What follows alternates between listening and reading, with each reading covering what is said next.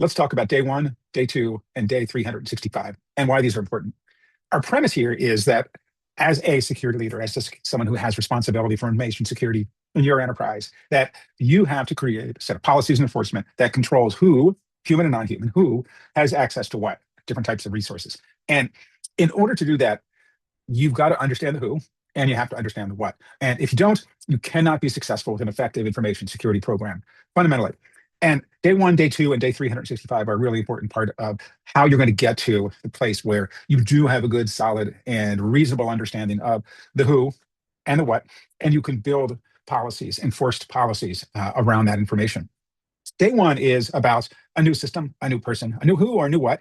And what's important is to understand before that system is allowed to come online, before that identity is allowed to access anything, you've got to have a clear understanding of what it should have access to. And that should be a fundamental and hard gate that you are able to put in place in your organization.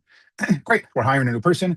Great, we're bringing online a new system, whether it's a server or an agentic AI system that needs to access things, or we want to bring on a system that other things and other users are accessing. Fantastic, we're here to support the business. But what access does that identity need? And which identities and what other systems need to get access to this system.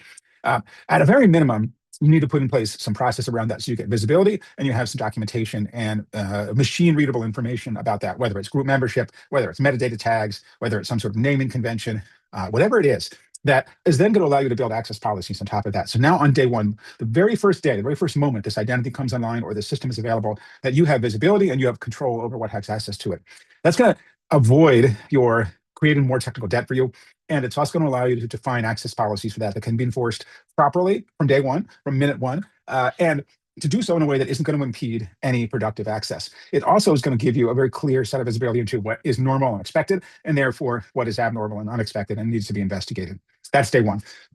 Day two is inevitably there's going to be changes, right? That happens all the time. Oh, this identity needs new access, or the system is now going to be available to that department, not just this department. Great, we're here to support the business, right? That's what our job is. So the important thing is to make sure that there's a controlled process. So when these inevitable changes happen, there's some sort of process. Maybe there's a request and approval, maybe there's a change management process that, again, every time this changes, that it gets properly documented and is informed, it is stored in some sort of machine readable way that can be used in your access policies so that they get enforced, everyone is productive, but you're not allowing overly permissive access. And again, you know what to expect, and therefore you can easily detect variance or unexpected anomalous activity. That's day two.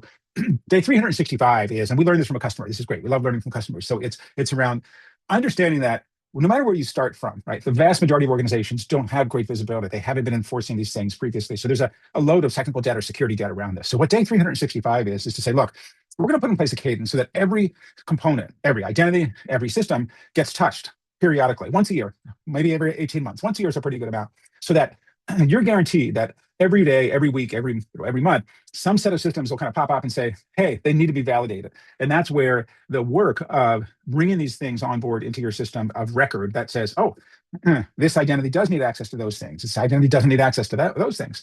This system is exposing these services, and those elements should be exposed to everyone. Those elements over here should only be exposed to a limited group of users. As those components of your environment go through this 365, this annual process, what's going to happen is that's a very small amount of work that you're going to spread, right? This is the peanut butter thing, right? You're taking this big chunk of work, and instead of imposing it on everyone and saying, okay, everyone, this has to be done in the next 2 weeks, you spread it across 365 days, and it becomes a very small amount of work, almost unnoticeable on a daily or a weekly basis. But by the end of the year, you got to the point where you're much, much better off. You have a much deeper, much more accurate picture of the who and the what that they need access to and what's allowed. And that's going to be very powerful for you as you create these automated policies that use this machine readable data to enforce these access controls, and also give you better visibility into what is baseline, what's normal, what's expected, and therefore what's anomalous and unexpected. So that's something to think about. Day one, day two, day 365. And even if you're just starting out and you've got a lot of technical debt and you have a lot of, let's say, process immaturity, putting this in place and thinking about things this way is a good step forward, and it'll allow you to make things better every single day and to stop digging, having your organization stop digging this hole of technical debt and security debt. That's my guidance and thoughts. Let me know what you think. Thank you, and stay safe out there.